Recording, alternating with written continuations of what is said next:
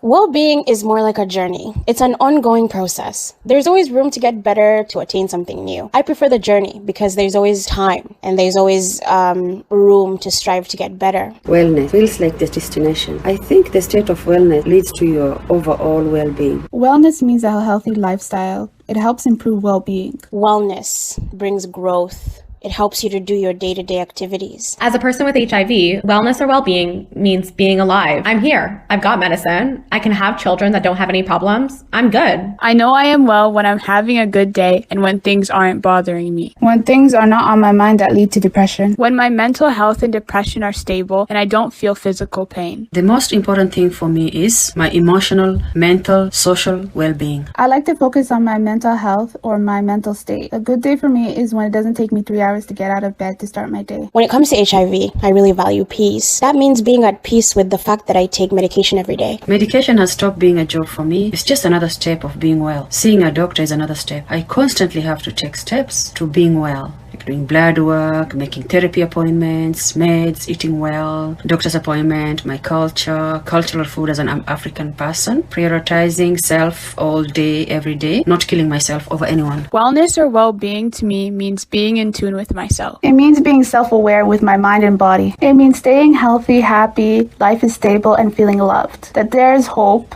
and that I mentally feel like there is hope. Emotionally, to feel loved and not lonely. To have someone to love you and you love them. That I am mentally and physically energetic, eating well, having no physical pain, relaxing, being emotionally positive, and not having a desperate soul. Day to day, being happy. That I receive encouragement. That I am determined all the time, keeping myself distracted. Doing activities with myself, like karaoke and dancing. Community, society, and structural barriers cause me stress and negative feelings. I go into mommy mode. If someone needs something, I take on responsibility. It's not a burden. Stress affects me, especially stress from work, school, friends, and timelines. Everything is online for me because of COVID. Not being able to see my friends is kind of hard. COVID has impacted where I live. Cases are lower where my mom is, so I had to live with her. I don't really have a choice. The whole pandemic it's made things different. I can't go to parties. There's nothing to do other than work. I'm worried about the vaccination and how it's going to affect my body. Socially, COVID affects us a lot. We can't see our friends or people in general. Sometimes we have to walk outside just to remind ourselves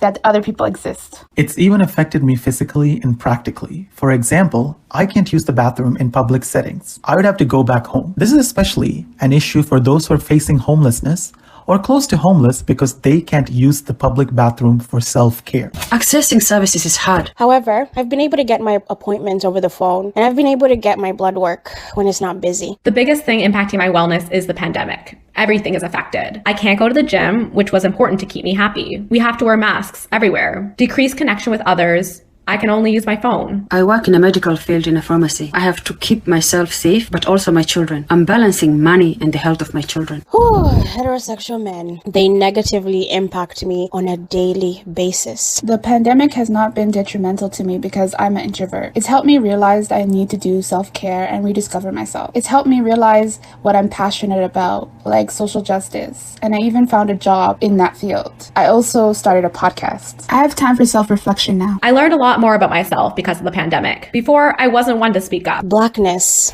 has always been very exhausting. This year has been particularly very tiring. We're constantly experiencing loss, despair, and helplessness. I'm tired of hearing about the death of people that look like me. I mean, it's always been happening, but somehow white people are just discovering racism in 2020, and that it is true that systemic injustice exists. I'm tired of having to take care of the white people around me. I'm sick of the expectation that I have to educate and make you feel better about your whiteness. It's really hard navigating the bureaucracy of having to apply for things. It's made difficult on purpose. Applying for work, programs, and government assistance, it's difficult. I track my well-being. I paint my nails each weekend. If they're all picked off by the end of the week, I know that something is going on. It's a way to track in the moment and the reflection.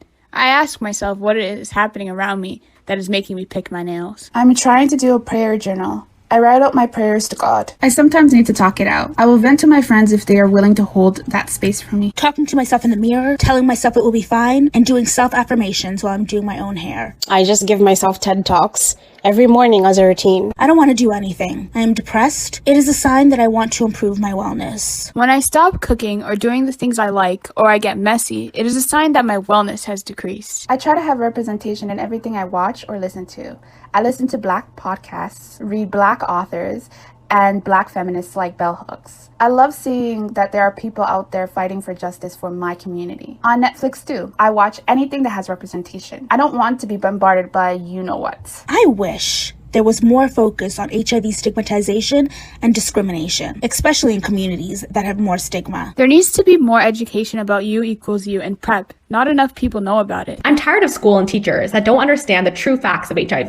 They get the info wrong in health class. But for those of us living with HIV, we don't want to correct them because we don't want to disclose our status because it's uncomfortable. We need proper sex health education in schools. We have to do our own research in order to figure things out. It is really hard to be an advocate for yourself, especially in the school system. People who work in HIV care, can you do things a little faster? Reduce the wait times? Do more drop-ins, not making appointment times. I need more support, especially in the time of COVID. We need financial and emotional support. I have volunteered for PWA for food delivery. There are so many HIV survivors with a disability not able to get food because of COVID. There needs to be more effort in making sure that children living with HIV know they have a community available to them. They need peer connection, making sure they have access to programs. We need more organizations, like the Teresa Group, that is focused on HIV-positive young people and their families. They also need more funding. I don't know where I would have been without that community. ASOs help HIV-positive people get real opportunities to grow professionally. We are tired of the mass volunteerism and the low-paying jobs. Give us opportunities that will actually help us in the future. Training that doesn't have AIDS plastered all over them, because listen, we can't take that anywhere. Give PHAs real opportunities to impact the lives of other PHAs. Because guess what? Nobody, and I repeat, nobody understands the needs of people living with HIV more than HIV-positive people.